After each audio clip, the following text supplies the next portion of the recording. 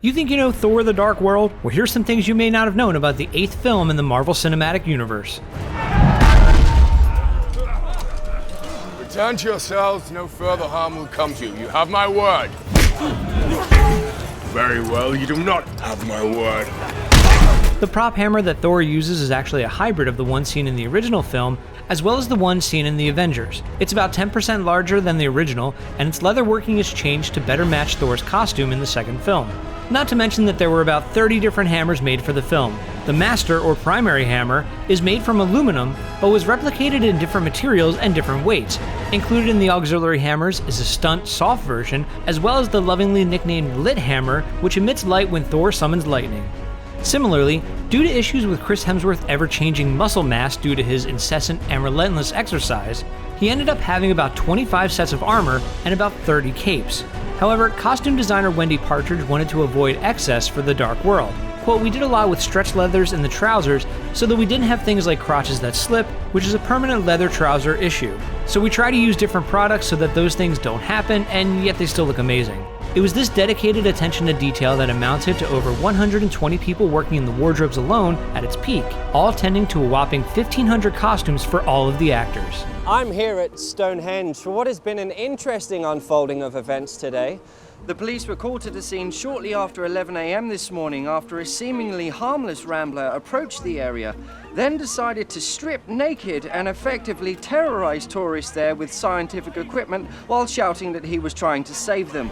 When it came to choosing who would feature as the main villain for Thor: The Dark World, it made sense to the writers to make it Malekith, who first appeared in Thor number 344 in 1984, and has been a notable adversary of Thor for some time. Kevin Feige has commented that Malekith was his first choice as villain. Quote, "He is such a unique world that it fits into our desire to explore different worlds in this film. Malekith also made sense to include from a mythological standpoint, as the Dark Elves are featured in the Prose Edda, the original 13th century work that the entirety of Thor is based on." Stand down, creature, and you may still survive this. I have survived worse, woman. Who are you? I am Malekith, and I would have what is mine. Alan Taylor was chosen to direct largely based on his work on Boardwalk Empire, Game of Thrones, and Mad Men. According to Feige, quote, "One of the things we wanted to do in this film was delve a little deeper into the other 9 worlds and to spend more time on Asgard at a street level. With Alan's direction, we got a few more layers of texture and reality into our golden realm."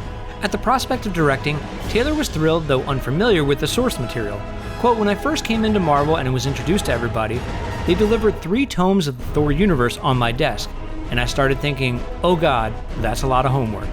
I started reading through them, and by the time I got to the point where Loki was a woman and Thor was a frog, I realized that you can find almost anything in this comic mythology, and it was okay to sort of push it aside and decide what movie we were making."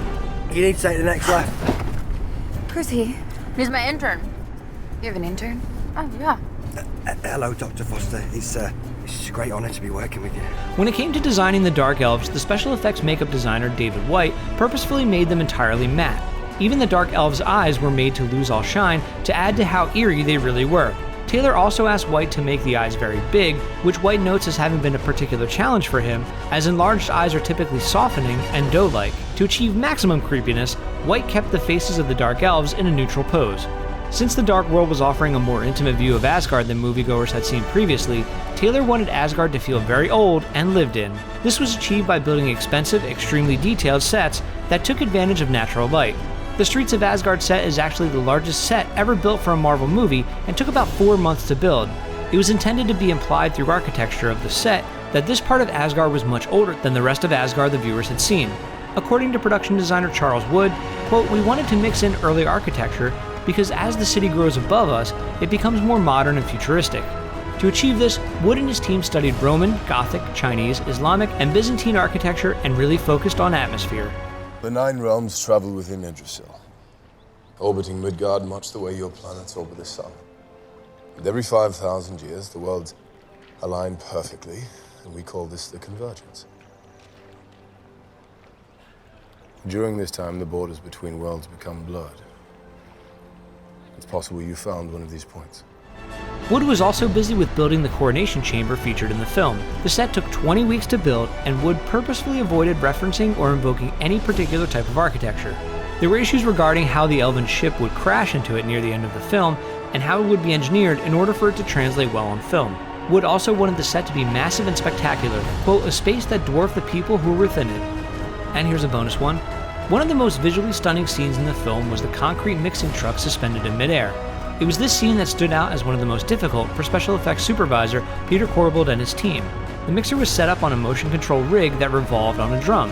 The rig itself weighed 22 tons, where the mixer weighed 14 tons. In order for consistency in filming, the hydraulics were controlled by a computer to ensure the movement of the mixer was the same for each take. The only post-production visual effects that were used in the scene were to remove any visual trace of the rig the mixer was mounted to. The rest was entirely practical. This is a tremendous idea. Let's steal the biggest, most obvious ship in the universe and escape in that. Flying around the city, smashing into everything in sight so everyone can see us. It's brilliant, Thor! It's truly brilliant! That's it for this episode of You Think You Know Movies. Make sure to subscribe, like us on Facebook, follow us on Twitter, and get the latest movie and TV news on ScreenCrush.com.